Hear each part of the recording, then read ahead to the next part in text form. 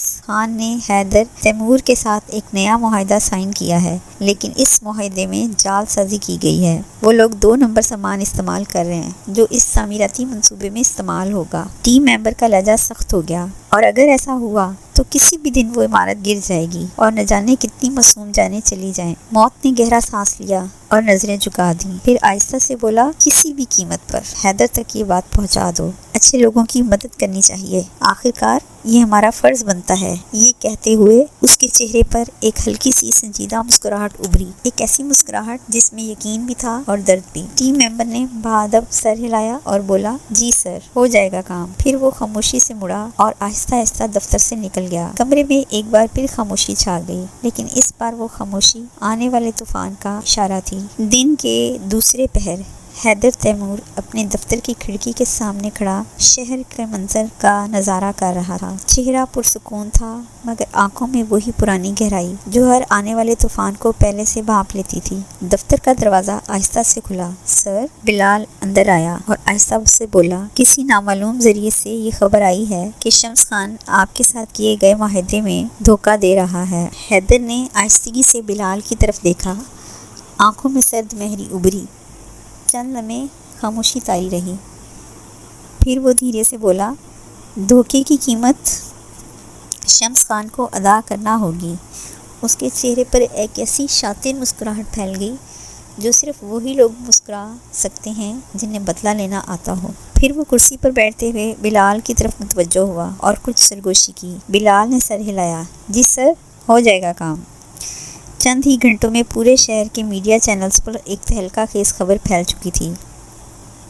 شمس خان اپنے آفس میں بے یقینی کے عالم میں ٹی وی اسکرین گھور رہا تھا۔ خبریں ایک کے بعد ایک، کمپنی پر الزامات، ایس کے 2 نمبر مٹیریل، غیر قانونی معاہدے، حیدر تیمور کا معاہدہ ختم کرنا، دوسری کمپنیاں بھی پیچھے ہٹ گئی تھیں۔ دفتر میں بیٹھے اس کے قریبی لوگ، سینئر مینیجرز، وکیل، اکاؤنٹنٹس، سب کے چہرے زرد تھے۔ شمس خان کی آنکھوں میں انگارے تھے۔ اس نے زور سے ٹیبل پر ہاتھ مارا۔ ہاں، فائلیں، موبائل، لیپ ٹاپ سب جھنجھنا گئے۔ یہ سب کس نے کیا ہے؟ اس نے گرج کر کے کہا۔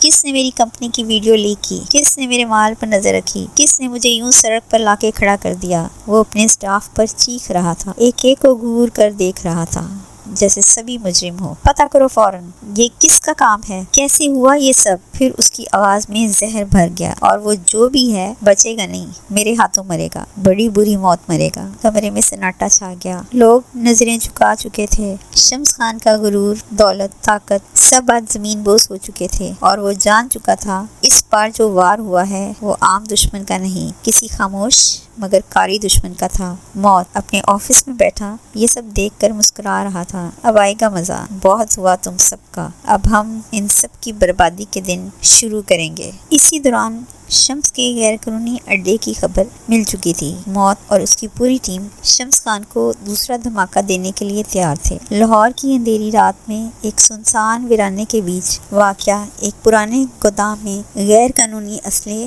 معصوم بچوں اور سمگلنگ کا بازار گرم تھا۔ کسی کو خبر نہ تھی کہ آج کی رات ان کے گناہوں کی آخری رات ثابت ہوگی۔ دور سے ایک سیاہ گاڑی آ کر رکی، فرنٹ سیٹ کا دروازہ کھلا اور وہ اترا۔ لمبا قد، دھیمی مگر پراثر چال، سنجیدہ زدہ آنکھیں اور چہرے پر وہی خاموش غضب. وہ حیدر شاہ تھا جسے دنیا ایک کامیاب تاجر کے طور پر جانتی تھی، مگر دشمن اسے صرف ایک نام سے پہچانتے تھے، موت. اس کے پیچھے 2 گاڑیاں آ کر رکیں، ان سے 6 افراد اترے، چہروں پر کالے ماسک، ہاتھوں میں اسلحہ، ہر ایک قدم دشمن کی قبر کی طرف. حیدر نے ایک انگلی کے اشارے سے سب کو ان کی پوزیشن سمجھا دی. بائیں طرف 2 محافظ ہیں، خاموشی سے ختم کرو، کسی کو کانو کان خبر نہ ہو. اس کے لہجے میں سرد مہری نہیں، سزا تھی. ایک سایہ دیوار کے پیچھے سے نکلا اور دشمن کے گلے پر خنجر رکھتے ہی سانس ساکت کر گیا. یہ تھی ذریعہ، جس کا ہر وار خاموش، درست اور جان لیوا ہوتا تھا. دوسری طرف اندرونی نگرانی سسٹم کے پاس بیٹھا ایک ماہر بڑی مہارت سے سیکیورٹی کیمرے بند کر رہا تھا، ساتھ ساتھ ایک خفیہ سسٹم پر پوری ٹیم کی پوزیشنز سیو کر رہا تھا. یہ تھا ریحان، ٹیم کا انفارمیشن ماہر، جس نے عمارت کا ہر کنٹرول موت کی ٹیم کے ہاتھ میں دے دیا تھا. اندر گھسنے کا اشارہ ہوا، ایک دھماکے سے دروازہ ٹوٹا اور موت کی ٹیم دشمن پر قہر بن کر ٹوٹی. گولیوں کی تڑتڑاہٹ، شیشوں کے چکنا چور ہونے کی آواز، چیخو پکار اور گناہوں کے راج کا خاتمہ. ایک طرف ایک نوعمر لڑکی چھت سے چھلانگ لگا کر دشمن پر جھپٹی، اس کے ہاتھ میں چمکتا چاقو تھا. یہ تھی رومین، جو دشمن کے قریب آ کر وار کرتی. پیچھے ہٹنا اس کے خمیر میں نہیں تھا. دوسری طرف دشمن کو ایک ہاتھ سے دبوچ کر زمین پر پٹکنے والا جوان، جس کی گرفت پھولا دی تھی اور وار ایسا کہ 4 کو گرا دے. یہ تھا ٹیم کا جنگجو، جس کا غصہ صرف دشمن کے لیے تھا. اسی دوران ایک گولی حیدر کی طرف آئی، مگر ایک جسم نے آگے آ کر اسے روک لیا. وہ تھا بلال، اس کا قابل اعتماد ساتھی، بازار سیکٹری، مگر اندر سے ایک مجاہد جو جان دے سکتا تھا مگر موت کے قدم نہ رکنے دیتا. حیدر نے خون پہ لپت دشمن کو گردن سے دبوچا اور سرد لہجے میں کہا، پاکستان کے بچوں کو بیچتے ہو، اب تمہاری باری ہے جہنم میں جانے. فکر نہیں کرو، تمہارا باس بھی ادھر ہی پہنچے گا. اور اگلے ہی لمحے اس کا وجود خاک میں ملا دیا گیا. بلال کو ہسپتال لے جاؤ، بینڈیج کراؤ، وقت نہیں ہے. ریحان، ڈیٹا اور ثبوت جمع کرو. ذریعہ، بچوں کو ان کے گھروں تک محفوظ پہنچاؤ. رمین، جو زخمی ہیں انہیں ہسپتال منتقل کرو. ارحم، جو غدار بچے ہیں انہیں وہاں پہنچا دو جو ان جیسوں کی جگہ ہے. کچھ ہی دیر میں وہ جگہ صاف کر دی گئی. ہر کونے سے ثبوت، بچے، ہتھیار نکال لیے گئے. 2 جوان، مگر پھر جیسے خاموشی سے کوئی آندھی چلی ہو. حیدر نے اچانک کوئی چیز گودام میں پھینکی. چند لمحوں میں وہ پوری عمارت شعلوں میں لپٹ گئی. دھوئیں اور آگ میں جلتی ہوئی دشمن کی وہ پناہ گاہ اب راکھ بن گئی تھی. جس طرح یہ جگہ تباہ ہوئی ہے، ایسے ہی ہر دشمن تباہ ہوگا جو میرے وطن اور میرے لوگوں کا دشمن ہے. حیدر کی آواز میں سرد مہر جذبے اور چہرے پر وہ خاموشی تھی جو سننے والے کو لرزا دے. اس کی آنکھوں میں کوئی راز تھا، کوئی زخم جو اب بھی رس رہا تھا. آخر حیدر کی زندگی میں ایسا کیا ہوا تھا جو اسے موت بنا گیا تھا؟ کون سا درد تھا جس نے اس کی مسکراہٹ چھین لی تھی؟ اور کیا راز تھے جنہوں نے نہ صرف اسے بلکہ نایاب کو بھی بے رحم بنا دیا؟ کمرے میں روشنی مدھم تھی، مگر ایک بڑی اسکرین سے آتی ویڈیو کی چمک کمرے کی تاریکی چیرتی ہوئی پاشا کے چہرے پر پڑ رہی تھی. کراچی. اسکرین پر لاہور اور کراچی کی 2 مختلف ویڈیوز چل رہے تھے. لاہور کا اسلحہ گودام تباہ، بچوں کو نکالا جا چکا تھا. کراچی کا خفیہ سٹور بھی جل چکا تھا، بچیاں بازیاب ہو چکی تھیں. دونوں ویڈیوز میں دھواں، لاشیں اور مکمل تباہی تھی. کمرے میں مکمل خاموشی تھی، صرف اسکرین کے مناظر اور آوازیں اور پاشا کی بھاری سانسیں. پاشا ایک کونے میں بیٹھا تھا، تقریباً 55 سے 60 سال کی عمر، چہرہ خوفناک حد تک بگڑا ہوا. بائیں آنکھ کے پاس پرانے کٹ کا نشان جو اسے اور بھی درندہ صفت دکھا رہا تھا. یہ وہ پاشا تھا جسے دنیا پاشا کے نام سے جانتی تھی، مگر سچ یہ تھا کہ کسی کو بھی اس کا اصلی نام معلوم نہیں تھا. وہ ہلکا سا جھکا، سگریٹ سلگایا اور گہرا کش لے کر آنکھیں بند کر لیں. پھر اچانک زور سے میز پر مکہ مارا، اتنی زور سے کہ میز پر پڑا گلاس پھٹ گیا. 1 نہیں، 2 نہیں، میرے 2 شہر کے مین انڈے تباہ ہو چکے ہیں. اور یہ کام کس کا ہے؟ خبر نہیں، صرف 2 نام. نام کیا بتایا تم نے؟ کمرے کے دروازے کے پاس کھڑے اس کے خاص آدمی انوار نے آہستہ سے کہا. سر، ان کے نام صرف یہی ملے ہیں، ایک کا نام ستارہ اور دوسرے کا موت. پاشا کی آنکھیں تن گئیں. ستارہ، موت، کیا یہ میرے ساتھ کھیل کھیل رہے ہیں؟ میری سلطنت کی اینٹ سے اینٹ بجا دی اور میں بس تماشائی بن کر دیکھتا رہا. وہ کرسی سے اٹھا، آہستہ آہستہ کمرے میں چکر لگانے لگا. 2 دن، صرف 2 دن میں میرا نظام، میری تجارت، میرے راستے سب تباہ کر دیے، سب اجاڑ دیا، سب ختم کر دیا. وہ دیوار کی طرف بڑھا جہاں ایک خفیہ لاکر تھا.